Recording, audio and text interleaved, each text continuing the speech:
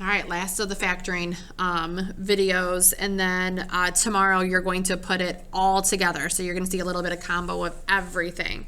So just keep in mind that now there are 3 different videos that can help you out if you get stuck or if you get confused. I'm probably going to force you to go back and watch them. But also, like, please don't hesitate to reach out if you are a little confused on this. This stuff's not really the easiest thing to learn online. So today we're going to see some like special scenarios, and as you can look here in all these problems, they look a little bit shorter, and that's okay. But we're going to factor these the same way that we've been factoring. So first thing you do is look for a GCF, and these have just a 1. So then you're going to list out your A, your B, and your C. A is the number in front of x squared, which is a 1. B is the number in front of x. There is no x, so that means it's 0. That's kind of the weird part. And then C is going to be the number without a variable, and that is a negative 81. So again, A is the number in front of x squared. So really how these are written is ax squared plus bx plus c. A is in front of x squared, B is in front of x, C has no variable. So that's why B is 0, because there's no x. Then you need to find your numbers. So we do A times C. 1 times negative 81 is negative 81. And then B is 0. So I need to find 2 numbers that multiply to get negative 81. Those same 2 numbers, when I add them, it has to be 0. So in order to multiply to get a negative, remember it's a positive number and a negative number. Okay, so one's positive, one's negative.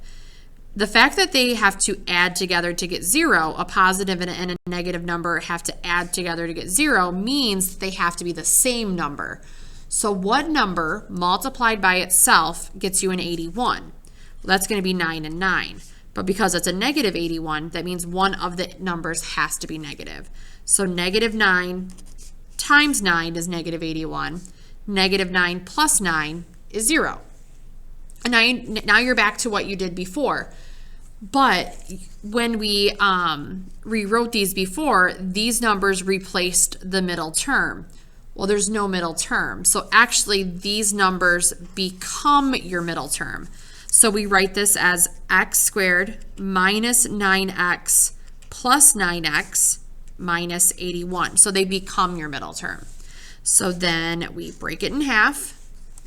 These 2 have a GCF of x, and then when we divide an x out, we're left with x minus 9. These 2 have a GCF, 9x and negative 81 have a GCF of 9, and it's a positive 9 because of the plus sign out in front. Divide everything by 9, and you're left with x minus 9. Take one of the parentheses that they have in common, and then take your GCFs, which is an x plus 9. And that's it. I don't know if I really need to do this one. I think that we might be okay without me doing this one. Then I'll do it. Whatever, I'll do it. So same thing, no GCF. So then we list out our A, our B, and our C. A in this case is 4. There is no B. And then C, let me focus that. C is the number on the end, which is negative 25. So then you find your numbers by doing A times C. 4 times negative 25 is negative 100, and then your B is 0. So now we're trying to find 2 numbers that multiply to get a negative 100, and those same 2 numbers, when you add them together, they cancel out. Same thing as this one. One's positive, one's negative. So how can you multiply to get a 100 and have it be the same number? It's a 10 and a negative 10. So now we're going to take these numbers and write a middle term. There is no middle term, so we're actually going to write one out. So we have 4y squared plus 10y minus 10y minus 25, and cut it in half. So the GCF between these 2, a 4 and a 10 is a 2. Y squared and a y is a y. So divide everything by 2y. 4 divided by 2 is 2. Y squared divided by y is y. Positive 10 divided by 2 is a positive 5. Y divided by y cancels. So there we go. Look over here. -10 and a -25, their GCF is a -5. Remember, always keep the sign of whatever's out in front. And then this has a y, this one doesn't, so that's it. Divide everything by a -5. -10 divided by -5 is a +2. Put the y.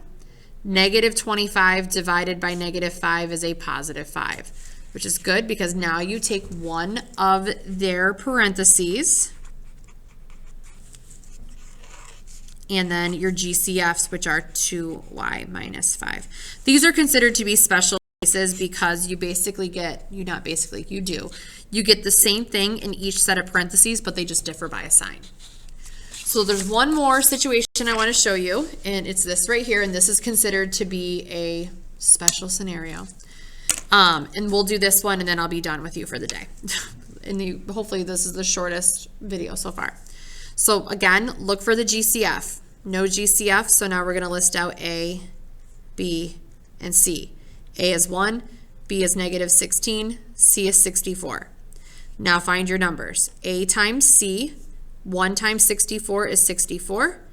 B is -16. So you're trying to find two numbers that multiply to get 64, and those same two numbers need to add to get -16. So because we are multiplying to get a positive, it could be a positive and a positive or a negative and a negative, but because this is negative, we know that they're going to be negative. So how can you get a 64? You can do 1 and 64, 2 and 32, 3 doesn't work. It'd be a 4 and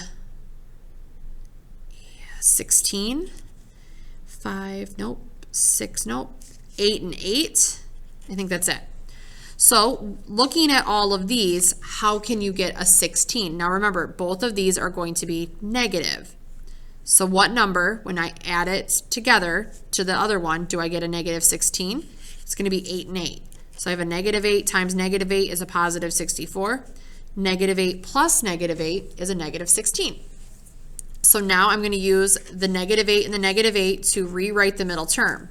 So I have x squared minus 8x minus 8x plus 64, and then cut it down the middle. Look for your GCFs. The GCF between these two is x, and I'm left with x minus 8. The GCF between these two is an 8, but it's negative because of the negative out in front. So divide everything by -8, and you get x minus 8. So take one of your parentheses, which is x minus 8, and then take your GCFs, which is also x minus 8. So you can write these answers like that, or because we have x minus 8 two times, we can write it as x minus 8 squared. So you saw it like this when we did your special cases with multiplication. So that's the only other way that you could possibly factor. Tomorrow, like I said, we're kind of putting everything together. One last day, no video tomorrow, but one last day to kind of get this factoring under our belt. I'll be keeping an eye on you guys to make sure that you've got this down. But again, any questions, comments, concerns, please make sure you reach out. We are getting so close to the end of the semester.